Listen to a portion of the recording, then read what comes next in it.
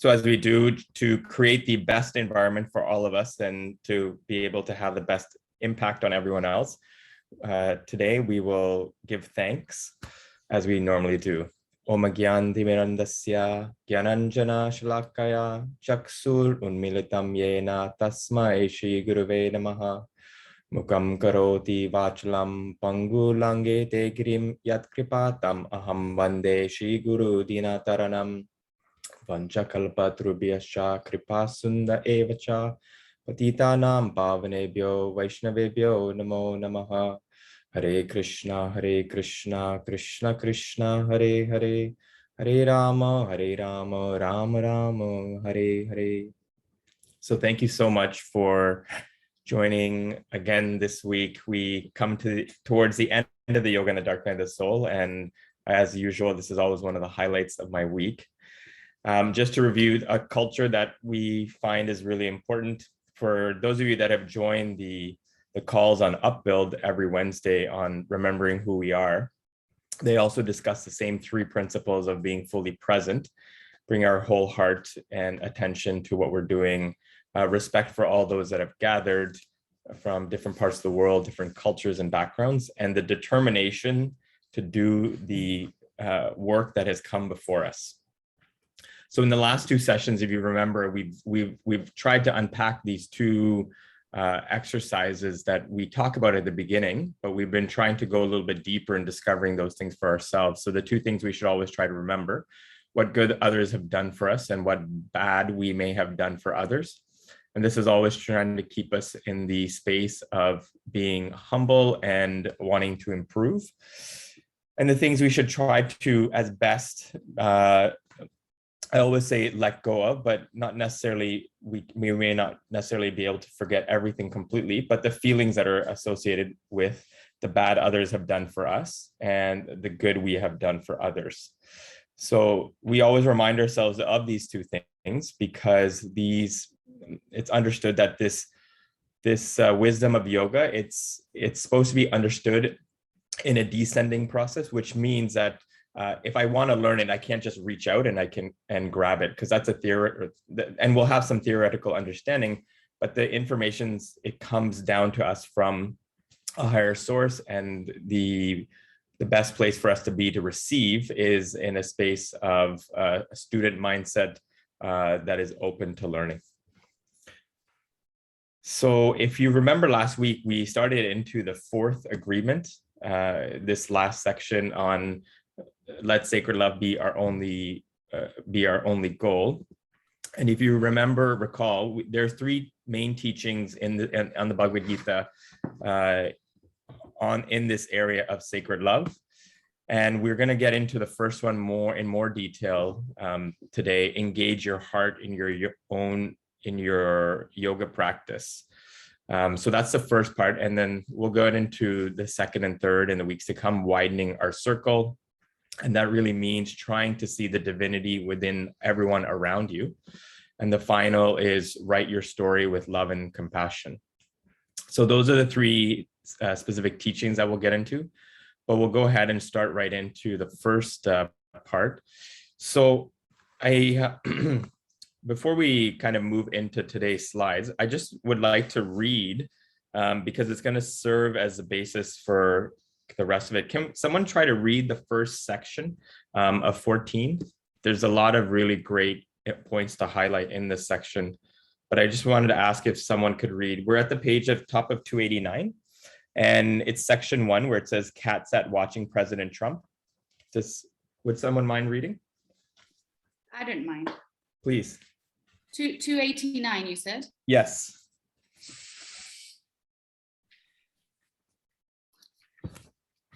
Okay. Can you hear me? Yeah, okay. Cat sat watching President Trump address the United States Congress. According to him, from his heart, and her frustrated commentary went something like this. What a Muppet show. Why is everyone celebrating this narcissistic power game? Oh my God, now they're cheering at the Dakota pipeline, ripping up the beauty of our planet with an oil field. What ignorance. Yes, let's all cheer along, making money from heartless destruction. Oh, now they're applauding, professing to disciple of violence and poverty. Easy to do sitting on billions while radiating hatred and transmitting violent communication, completely unaware of their impact. Do they have any intelligence at all? Lowlife, vile, self-righteous, and so stupid. And it went on until she caught herself and took a breath. For a moment, she had allowed herself to get swept up into this decisiveness, the conflict, the separation, the hatred, spewing out in America's dark night of the soul. Kat is a PR and creativity consultant, and a friend of mine. She holds a workshop at yoga studios aiming to inspire women to embody and express their true purpose. Witnessing her own distasteful reaction to the overwhelming political circumstances, she remembered that the dark night of the soul is calling to sacred love. So let this be a calling, she thought. Every time we encounter divisive and unkind communication, let it be our calling to love, a reminder to connect even more deeply to our heart, to compassion, to kindness. Let it be our reminder to choose to listen, to be guided by our heart, to fulfill our true nature and purpose, to perpetuate peace, generosity, and love. The first step to engaging our heart in our yoga practice is to be more conscious of its state. Is my heart becoming softer or harder? Is my heart opening and expanding, or is it shrinking and shutting down? Am I acting from a place of love and kindness, or from a place of competition and fear? For many today, the heart is more like a dead organ, like the appendix, where we're not quite sure what it's for. We may think it doesn't serve us well. Often we prefer to use our heads, our intellect. Over a lifetime, we invest enormously into improving our minds through years of education, reading, conferences, discussions, and stimulating debates. But how much time and energy do we put into improving the capacity of our heart? We have no schools for heart in our society. Faced with life's tribulations and challenges, our heart can become harder or softer. The art of allowing life to make our heart softer is called yoga. Whenever we practice any form of yoga, even yoga postures, we can remember that the aim of our practice is to open our heart, to increase our capacity to love. This then reframes everything we do in yoga. With this focus, we naturally become more conscious of our state of heart. We can be more aware when people or events trigger us. We can use this mindfulness in the service of love. When we're driven by lower qualities that diminish our or oppose love, by the wealth of the ungodly, we can avoid acting from that state. Instead, like Kate, we can shelter in the divine qualities. Thank you. I'm so sorry. I don't know whether it's my eye or the fact that I can't read. I think it's just your eye this week. I love, just wanted to share, I love reading it because it just sinks in. Yeah, no. This was a really powerful section because it'll give us an opportunity to reflect on a couple of things. I'll put out some things and then we can talk about a couple of things. But one of the first things that I wanted to put out there was just this Is this the goal of yoga? And obviously you see a couple of images. I like to say most of us, and there was a really interesting section that Simon put in, whenever we practice any form of yoga, even yoga postures, we can remember that aim of our practice to be to open our heart, to increase our capacity to love. So I'll say for sure myself, I have a pretty good headstance there, but I definitely wasn't thinking about opening my heart to increase my capacity to love in that situation. So the only point that I want to make is that typically day to day, the yoga that we experience when we go out and do it, it's usually not for the purpose that was just mentioned. And I just wanted to put that out there that, even this in this particular scenario of the physical asana practice of yoga, we can still bring that mindset to it, but it has to be a very proactive and intentional thought. Otherwise, we usually get into, it usually becomes about like the Lululemon gear and, how we look in the class rather than the, than the stated intended purpose, right? To open our heart, to increase our capacity to love. So that was just the first point that I wanted to make there.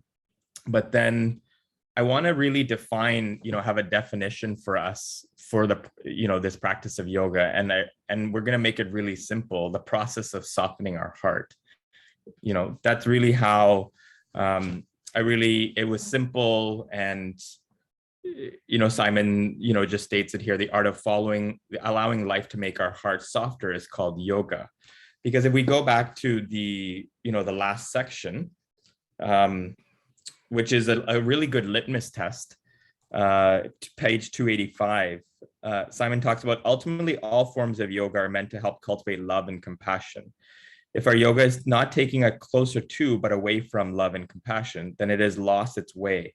If our practice is hardening our heart, it is not yoga. So I really thought that was a really great, it's a great litmus test for whatever our practice may be in, that we're trying to build or dedicate to. We can use this very much as a kind of a guide stick or a guiding direction in our practice. So this is simply what I wanted to just put out as really a simple definition, because most of I would say most of kind of Western yoga, we all know that it's been very much misappropriated after it's originally left India.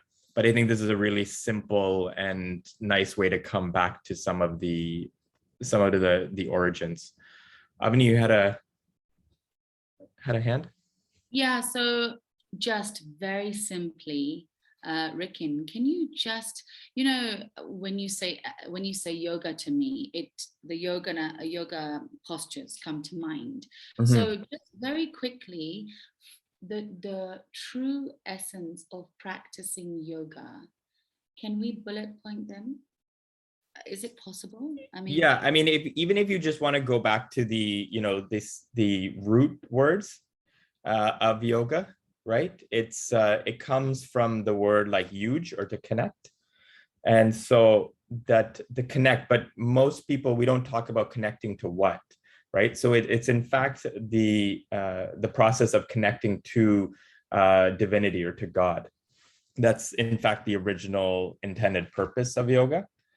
And so just keeping that in mind, and naturally, when that connection is made, that's ultimately the process that's making the heart soft, right? So that is, if we wanted to get really to the heart and the essence of the practice of yoga, although these images are there, I just needed to find an image that captured just the word yoga.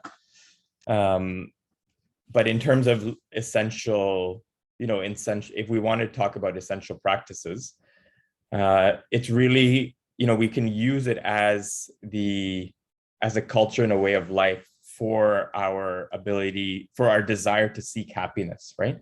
And we said previously, I think we said in a previous a session that, everything around us has a dharma, or like a constitution, and like an inherent property. And according to the wisdom of yoga, the inherent property of the soul is to give and receive love. That's its only, that is its main function. Like sugar, everyone knows it's going to be sweet, and fire, it has an inherent property. The Dharma is to be, to give light and heat. But this is really the, the baseline function of the inherent Dharma, or inherent property of the soul, is to give and receive love. And so even again, and that's why we always go back to remembering who we are, because if we can come back to this, this remembering of that we're in fact the main teaching, the first teaching of Bhagavad Gita in chapter 2 is that we're in fact, when Arjuna doesn't want to fight all of his family members, the teaching that Krishna introduces is that in fact, we shouldn't be so focused on the external bodies, because there's much more to us than that. We're spirit, right? We're the soul, and that is eternal. That always will last and persist, and that the soul is always, the three properties is that it's Sat, Chit, and Ananda, right? So it's all knowing, it's always, there, and it's always seeking happiness. And so these are kind of the three. If I had to go back to some very simple, simple definitions, I would start with this. Did anyone else want to, anything else from this section that stood out to them when they read it?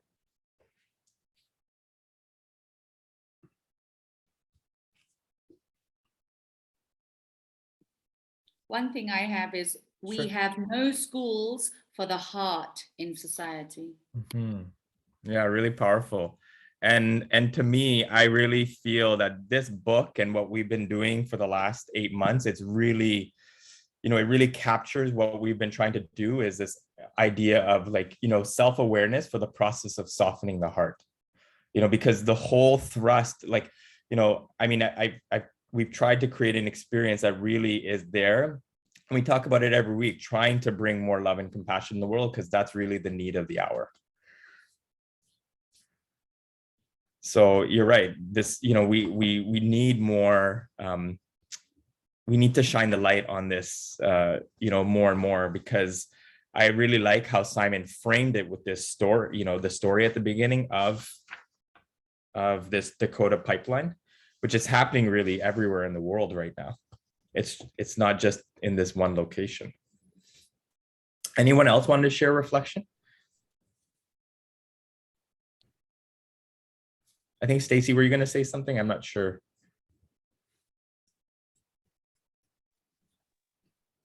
I guess I was just thinking about, there came a point in time when I think I just stopped even looking at any of the news at all. And, you think you might be missing something, but you can get little snippets of what's going on quite easily without listening to all that. And it's gotten so bad that it just, I think that was a huge upgrade to my life when, when I decided to do that. Because you're right, it's everywhere. But one of the things from the retreat that you had planned, I really felt a lot of hope that even the younger generation, we had so many people from, Gen Z or whatever it is. And just really very spiritual people that were only 20 or 25, 30 years old. And so I think it's kind of like we talked about the counterculture, right? That was in the journey of the journey home. We talked about that. This is almost like a counterculture that is real, that is happening. I think also worldwide, which gives me a lot of hope. Yeah, and one of the ways, I was just reflecting on what you were saying. I think one of the ways that this is coming about in the world is through, if you see one very big difference between, let's say, our generation and those that are younger, is that because of such a strong advent of mental health disease in the world, there's such a different approach and openness to it that even that is like the window into a spiritual journey, right? Just the transparency around how mental health disease is dealt with. I really think that's like a huge counterculture shift that is, potentially, if it's focused in the right, if it's focused in the right direction, because if we see a lot of the qualities of what happens in mental health disease, according to the Bhagavad Gita, it's going to be tamasic. It's going to be in the mode of, in the energy of darkness. And so we need to, in fact, and even the process of kind of uncovering it can be quite harmful. So there also has to be a proper way that, society as a whole is trying to pull themselves out of it, because, I think, there's one thing about shining the light on the topic, but I think sometimes, people, can also use it to further kind of stay in their story. So just, putting that out there as a reflection, but no, thanks for sharing that. I'm also hopeful with, that there's a lot more inquisitiveness of the younger generation, and it requires us to know, why we do what we do, because as you know, the generation that's, I would say our parents' generation did things because it was the right thing to do, but that's not good enough now. I recently watched Avantika's little video on YouTube about the search words and what people are actually looking for, which is related to love and kindness and things. So I do think I'm sorry, Tiffany, I didn't realize you had your hand up. But no, I Stacey also cut out the news years ago. I get most of it through my wife, who's addicted to her phone, or other friends who tell me what's happening. But yeah, I do like to focus on the positive. I find the news far too toxic for my life. So yeah, it is so true. It was great advice that Robin had given. I was already doing it, but for those that, if you pull away from that, you will definitely, I've experienced it now for I haven't followed it closely in 15 years, but you will definitely know what you need to know just by rolling into work or walking outside of your door, your house. You'll find out everything you need to know. And to the, and there'll be maybe some things that you'd be like, okay, I shouldn't, I should target myself and maybe look into this a little bit more, but otherwise, Avni has said Robin has changed his mind on what? Robin just sent out Yes. an email saying, I am Yes. wrong. And it Yeah. was very powerful. It was he said that during COVID time, he did have to tap into news because for the safety of his family, and just to keep, so what he's saying is too much exercise is bad just as much as too little exercise, and comparing it with that and so forth. In fact, I've got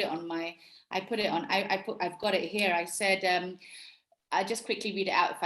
Should I read it out? Sure. So just very quickly. So I now sense the key, as with all things in leadership, business and life, is balance and moderation. Too much vacation is just as bad as too little. Too much exercise is just as harmful as none. Too much money is just as hard as poverty. Too much ambition is just as mean as empathy. Too much healing is just as sad as none, and too little news might just be as harmful as staying glued to the war reports 24/7, 365. I'm just trying to figure things out on this subject for myself. Hope this message might help you to do the same. So he's speaking of balance. News. He said that the whole thing is, he said, I was wrong. I think the email was, I was wrong, or something like that, or something like that. So I actually put it on my Instagram because I love the fact that he just has the whole honesty to change his mind. Even when we went to the Titan, or we went to the last PMA, he goes, actually, you know what? I don't stand up at 5 o'clock. If I decide to stay in bed and just stay in bed, I stay in bed. And I was like, what? There's me jumping out 5 o'clock at 5 a.m. in the morning. But I love the fact that he owns up to it and is ever evolving. Yeah. I like that. I just Yeah, no, definitely. I mean, your mindsets will change definitely over time. Again, I think, I mean, definitely my sister is someone who thinks sometimes I live under a rock because there's maybe certain things that I don't always know about, but she's there and a few other people are there to keep me informed for now. At least that's where, that's for me, that's where I'm at. So we had comments from Tiffany first, and then. Well, mine was back again about the comment about the schools and that we have no school for love. But the amount of mental health illness in youth, and I guess, Rican, it's a bit maybe medical, but I've never seen this. And I'm sure like the amount of children that are 12 and 13 and 14 being on antidepressants and everything else. And it's just widespread. And it doesn't seem like, I know that maybe, yes, we have to get dark before it opens up, but this is becoming so commonplace now. Mm-hmm. And to me, yeah, sorry, I was just going to reflect, because right now, like just yesterday, I was asked to be involved again for a 13-year-old who, we have to admit for anorexia to the hospital. And I'll tell you, this is a really difficult, super challenging. I think it's probably one of the most challenging issues that's impacting the younger generation right now is this. And so much so that it really a patient can come into the hospital, a teenager, and there's so much that they have to work through that they break the whole team, like me and the rest of us along the way, when you have someone in for 3 weeks to a month. But I was just wanting to reflect, Tiffany, what you're saying is that I think with the way things have kind of progressed, even though we do have this medication, it's still clear that alone is not the answer, right? We need to still evolve beyond the basics of what medicine has to offer. And it's tough when families aren't often given an option. It's like, they go to see the specialist and, oh, your child needs this. Yeah. When they know there's some parents, they want a bigger picture. And I guess we're just meant to be the guides and to point them toward love. It's again, like I always say, it's a tool in the toolbox. You use it for a period of time, but there's many tools that we need to, use at a given time, right? It's not just one thing. So, Avni, did you have something? Yeah, sorry. So basically, last week I went to a parents-teacher meeting. As you know, my daughter I have Rohini, 12, and Aditi, who's 10. And so it was for Aditi. And then I went to the English teacher and I said, so she's comprehension. And I asked her, how can she increase her comprehension, do better? She goes, she needs to read better books. So in fact, I'm sending Hiba the book that Aditi is just reading. She's reading about seeing what happened in Beirut in Lebanon through a child's eye. Yeah, it is a fabulous book. I mean, Elizabeth Leiber or something, she's written it amazingly. But what Tiffany is saying and what you're saying and what we're all probably saying is that why aren't English teachers actually recommending books like this? We're reading Charlotte's Web, we're reading all these different things, which are fabulous books, but they should be reading books, whether it's this, whether it's something else about compassion. I mean, I would love it. I mean, and I'm glad that Tiffany has brought this up and we're reading this chapter, because I'm really going to I love that book that she's reading, because it's so interesting, but I'm going to take chapters out of this and just read it, because we underestimate what our children at the age of 12 or 10 really can grasp and analyze and reflect on. And they should be reading chapters of this and what the world would be like if we were reading this. Children were recommended to read books like this, Sorry.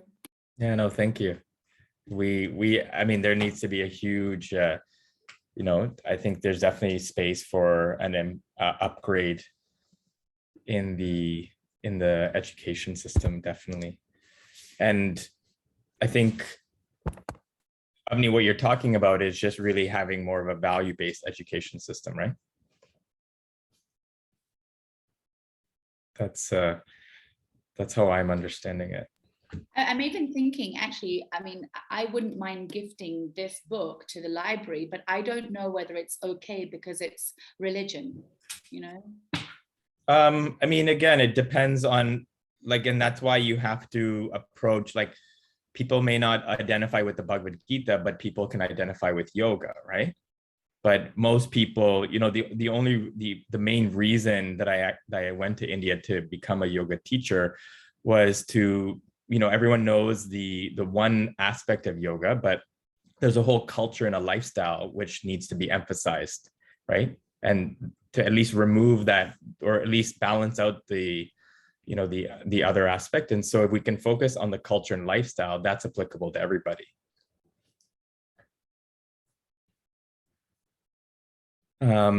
Anybody else before we move forward? Just maybe on the kid thing again, but there is a wonderful program called Mind Up. And so Goldie Hawn was living in Western Canada, and her son was having some issues when he was in Vancouver playing hockey. And it's like, it goes from K to I think grade 9. And it's basically mindfulness exercises and little excerpts and books and readings and activities. So I have it like kind of for my nieces, and every once in a while I'll pull out just a little thing. But those are things that teachers can kind of engage with students in. And it's just so funny because yesterday in my office, some lady came in and I helped her out. And then it turns out she works for the school. She's one of the education teachers. And we started talking about mindfulness. And she said, "Oh, you do that?" And I'm like, "Yes." And I reached out to her. And then she messaged me. She's like, "Would you be willing to come to our school?" And I'm like, "I would love to. That would be great." All right. Win. That's awesome. And that's why you need to have these conversations with everybody, because, you know, I mean, those of us that are trying to imbibe the knowledge of, you know, in this and in this book, we're in fact the leaders of society. You know, I'll make that bold statement to say that. Avantika? Yeah, hi.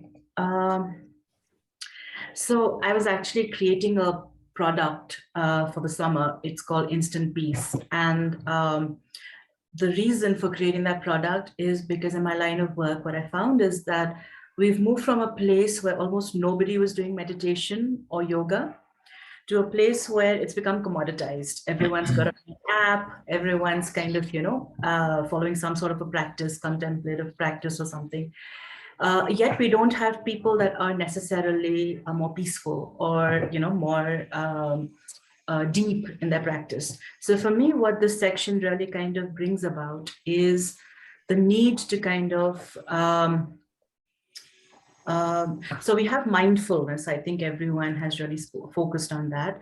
That's really what was a beautiful practice in meditation. But I think now it's also about the union. So yoga means union between so many things, between yourself and your breath, which is your life force, between yourself and the divine, between your feminine sides and your masculine sides, between your doing sides and your being sides, you receive. So it's literally like, you know, kind of all of that. And instead of just, so what I think we've brought into yoga very successfully is a lot of analysis, a lot of thought, a lot of discipline, a lot of structure, a lot of ritual, a lot of practice and all of that. I think what this is asking us to do is to bring in a little more of our feeling side, a little bit more of our receiving side, more of passiveness and things. And I thought just to kind of, to do that experientially for this group, literally 30 seconds or a minute, is that everyone just take a look at how you're feeling right now. All right, just do a quick scan on, is there any kind of stiffness, tension anywhere in your body? Just do a scan from the top of your head to the tips of your toes. You know, if you're feeling any kind of heaviness or stiffness or, you know, tension or stress anywhere physically. And on a scale of 1 to 10, I'd like you to give, and you don't have to share this, just give yourself a number where 1 is doing very poorly on subjective well-being and 10 is doing really well on subjective well-being. So at this point, just take 2 seconds to dial in, scan yourself. And is it something that you are on a scale of 1 to 10, how are you doing in life right now? And how are you doing in your body? How are you doing in your mind? How are you doing in your spirit? We're part of a very high vibration group that definitely has an effect, but countering for that, how you're really doing today. And then what I'd like you to do is to just do one thing, which is focus on your breath. Just take a deep breath in and fill up on that. As you breathe in through your nostrils, just allow for that breath to go right into your stomach. And this is the part where you're doing unification with your life force going in, filling you up and releasing through you. And now I'd like you to focus on just your left nostril and just observe the breath going in from there, opening up, clearing all the channels on the left-hand side of your body, filling you up, releasing out through you. And now do that with the right side of your body. Right nostril, the breath goes in. Just clarify all those channels on the right side of your body. What you've just done is you have clarified your Ida Nadi, your Pingla Nadi, all the organs on the left side of your body, right side of your body, your feminine side, your masculine side. Now let's bring symmetry. So visualize the main channel from the top of your head to the base of your spine, the Sushumna, and allow for that to bring in clarity. And as you do that, you'll feel more balance for sure. But now let's look at engaging your heart. Bring your heart into this practice. So I'd like you to focus on the vortex. Feel that as your thinking, feeling side. Feel that in the middle of your chest. And expand into that.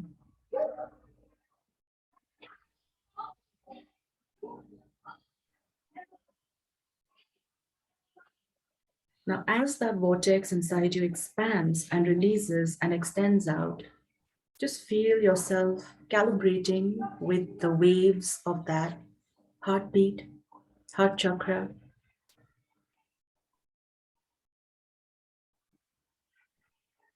And now very simply calibrate every organ in your body with that resonance. Calibrate your mind, your brain, your nervous system, all the systems in your body.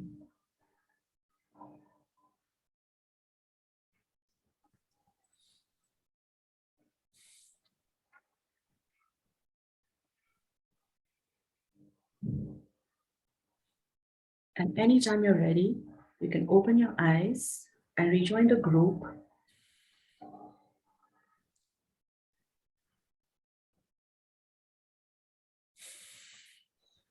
And at this time, I'd just like you to do a self-assessment for yourself. Have you gone up on the scale? If there was any stiffness in your body, did that release? Are you feeling better? Are you feeling more connected? Those are just things. I think that experience of bringing your heart into your thing, it's more than just being, so there's so many things. There's karuna, there's compassion, there's empathy, there's, oneness with your feminine side, your emotional side, and all of that.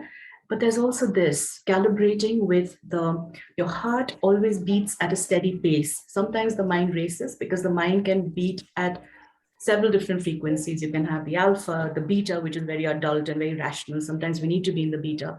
It could be very restorative in the theta. It could be, extremely powerful in its delta. But it has, sometimes we go too much into our brain.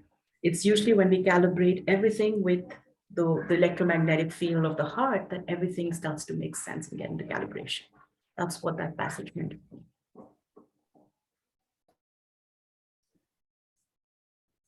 Thank you, Avantika. Really appreciate it. I definitely feel much better. And yeah, I think these exercises are always important to do, not just even daily, maybe even sometimes multiple times a day, right?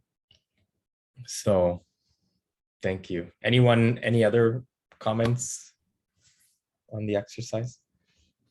I like the balancing of the right and the left nostril, because I know that is important. And then the alignment once you balance the two sides. Yeah. it's also the whole brain, right? So we're either going to the left brain or right brain. So when we do that, literally you'll find that you can be creative and logical at the same time, emotional and rational at the same time. You're a brilliant business person and a wonderful, purpose-driven business at the same time. So that's really what that does. Yeah, and we can definitely, maybe in the next session, I don't think we've ever done it, but this alternate nostril breathing, we can learn it. We can go through it again next time. It's how we kind of balance these two sides, Nadi Shodhana, or alternate nostril breathing. Avni? So amazing, Avantika. I mean, I just fall in love with your voice. You can just speak. It's amazing. I feel so relaxed. I feel even more relaxed. Not for this discussion, but maybe another session. I just want maybe all of you, you're all masterminds, just to help me understand. I was having a discussion with somebody and they said, the way of the future is there's 5 areas: DNA sequencing, block technology, artificial intelligence, robotics, energy storage. And that scares me because it's exciting, but it scares me because for me, it's taking the human out of us, basically. So for me, my job would be obsolete. I'm not sure about that, but just where does spirituality then, or this value system then have place in all of this? So it's not a discussion for now, but I'd love to just have a discussion about that, because I want a discussion for myself, but I also want it because my main priority are my children. I want them to blossom. I want them to succeed. I want them to be happy, but I want to expose them. So just putting it out there. Okay, Rikin. Thank you.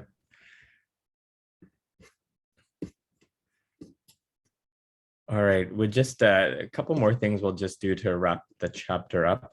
I wanted to, in fact, read more, but so we were talking about yoga being this process of softening the heart. And so the two, qualities we should always ask ourselves in most things that we're doing was, are we becoming more compassionate, and are we developing more love, right? Now, obviously, love has different meanings in different contexts, and we won't get into that right now.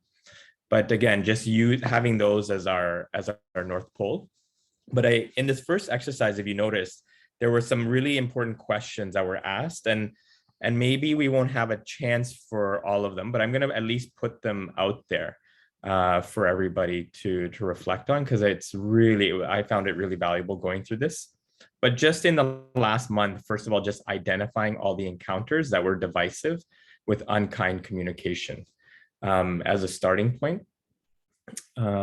If we wanted just to kind of take a few moments to just reflect on that, and then we can just move on to the other situations, because this will help us hopefully catch things in the future.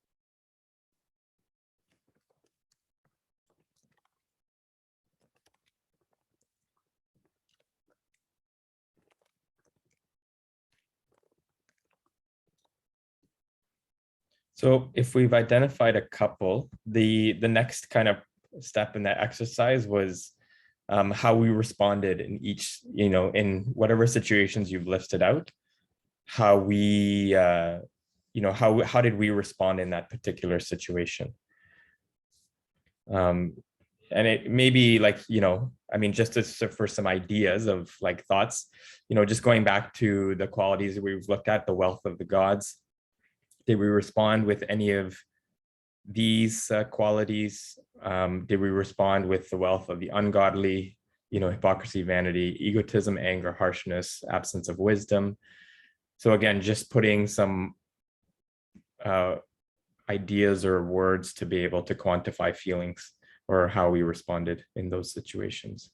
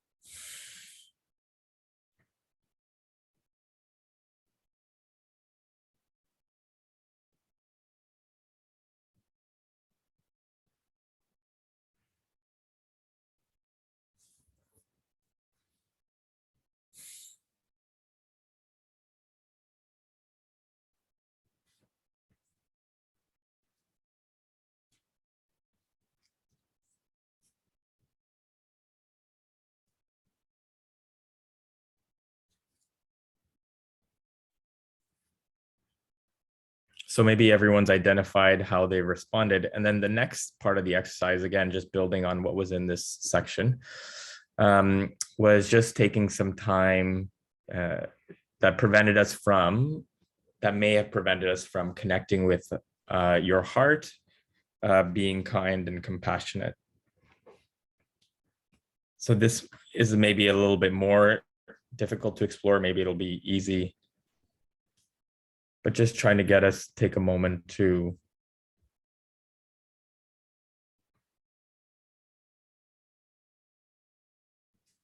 try to identify the blocks.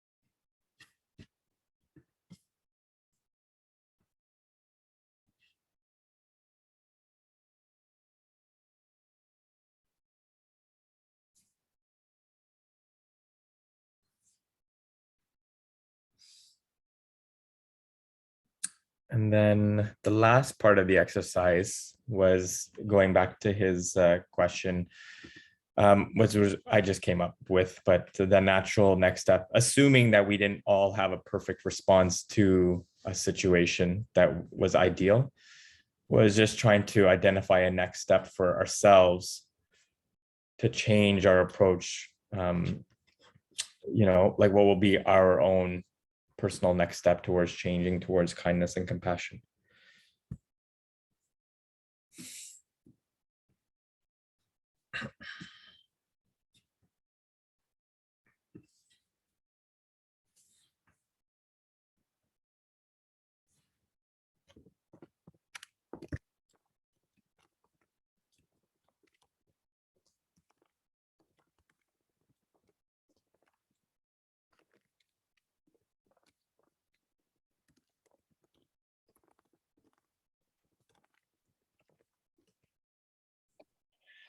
Not to interrupt anyone, but I saw an amazing, I'll share the link in the group. I saw an amazing TED talk by this guy who, spent 100 days doing rejection therapy. Something, in his childhood he felt rejected. And so he had developed a fear of doing anything. And he would always kind of fall short of his dreams. So he read up something on rejection therapy, and he did that for 100 days, radically going and asking ridiculous. So basically just setting himself up for rejection. So like he would go and ask someone to give him like a burger refill or something like that, or he'd like ask to borrow $100 from a stranger and things like that. So just to kind of get into the habit of being rejected till it, I'll send you the talk, you can watch it, and it's so amazing. And of course that was for his fear of rejection and to overcome that. But if you see, what came to my mind is most of the times where I've not been my radical compassionate self is either there'd be fear or some trigger or some sort of blame or some sort of judgment. And I think that we respond, most of us here have worked enough on ourselves that we only now resort to that kind of behavior when we're really triggered, when our worst, most vulnerable sides are triggered. And I think it might not be a bad idea. So in terms of what we could do is to take a leap out and actually put ourselves in positions where we will be triggered, where we will, and then choose to be really compassionate in those situations. So I'll send that TED talk. It might not be a bad idea to do even just a 30-day exercise on. Yeah, that's Avantika, in the practice of bhakti, it regularly talks about putting ourselves in situations where we have to stretch ourselves to really push ourselves to strive for these qualities that we talk about. And it really only comes when we're in that, that stretch space that you're talking about of putting yourself in a situation where the probability is that, because ultimately, the conditioning has been so long that I really thought this was I wanted to read this section, but I'll just read it since you brought it. But it says, Simon says later in this chapter, archaeology has taught me nearly that all human endeavor is vanity. Our entire life is one long convoluted expression of our own narcissism. And I thought there was a lot of truth, to this. And so, there has this point about trying to be grounded, have that learner's mindset and be humble.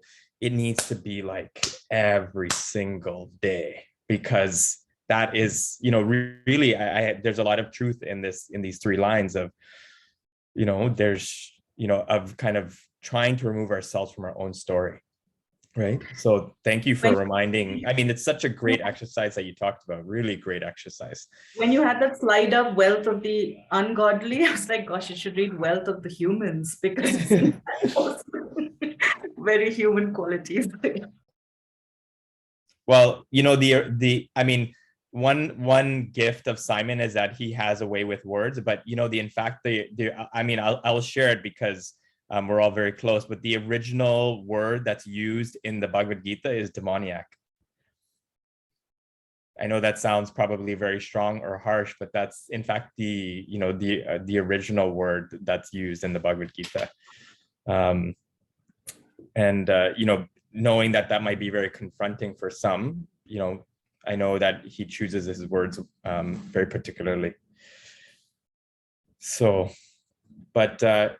this exercise was really just from that first section. There's even more to unpack from the chapter, but I wanted us to take the opportunity to try to, have some self-application for ourselves. But today's discussion was really, phenomenal, and I really appreciated it.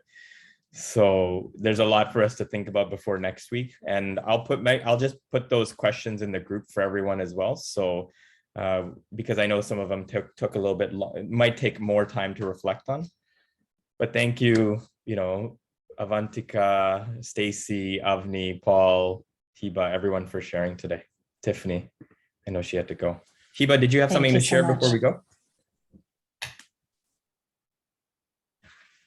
Oh, you're on mute.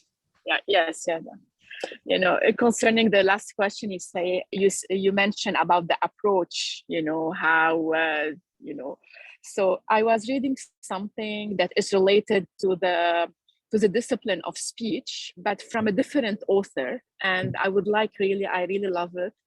And I would like really to share it with you. It was about the guy was saying that I hope that I have the neck of a camel for the words to chew the words long time before it get outside my mouth. So it's, just I wanted to share it because I really love it. And I found it's really very powerful.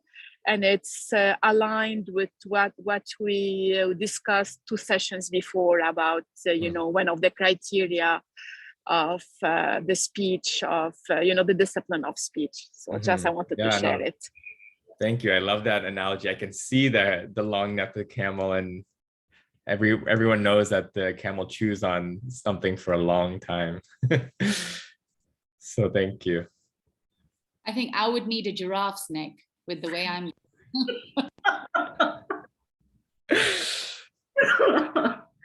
And I just think that, a camel is so cute, you wouldn't be offended anyways, right? Or a giraffe. Yeah. Really beautiful. Thanks, Hiba. Yeah, thank you. Thanks for sharing that. And really, thank you everyone always for joining every week. And again, as always, one of the highlights of my week, and we look forward to seeing everybody next week. I know we went a few minutes over, but so much great things that were shared today. Just a very quick question, Mr. Rikin, Dr. Rikin Patel. I know this is, you are putting so much effort. It's just phenomenal. And we are so blessed, really, really blessed. And I'm really sorry, but I'm going to ask you, as Avantika said, we've only got a few more pages left. And so I was just wondering, and I'm not being selfish, I just, because I know that you also receive so much from these sessions. I mean, for you, do you? You do, don't you? Yeah, of course. Yeah. But it's a lot of weight on you. Just thinking, are we going to be starting another book or because I already know which one, but and it's one of your favorites. Sure. I mean, I have a couple in the pipeline that I'll put for consideration, and we'll just do it by vote. So, but anyways, no, thank you for Avni for always encouraging me. And again, what I've really enjoyed the most is the relationships that have come as a result of us meeting regularly. To me, I can tangibly feel like our, the degree to which we become closer. So thank you, everyone. We'll leave it there, and we'll see everybody next week. Take care. Thank you.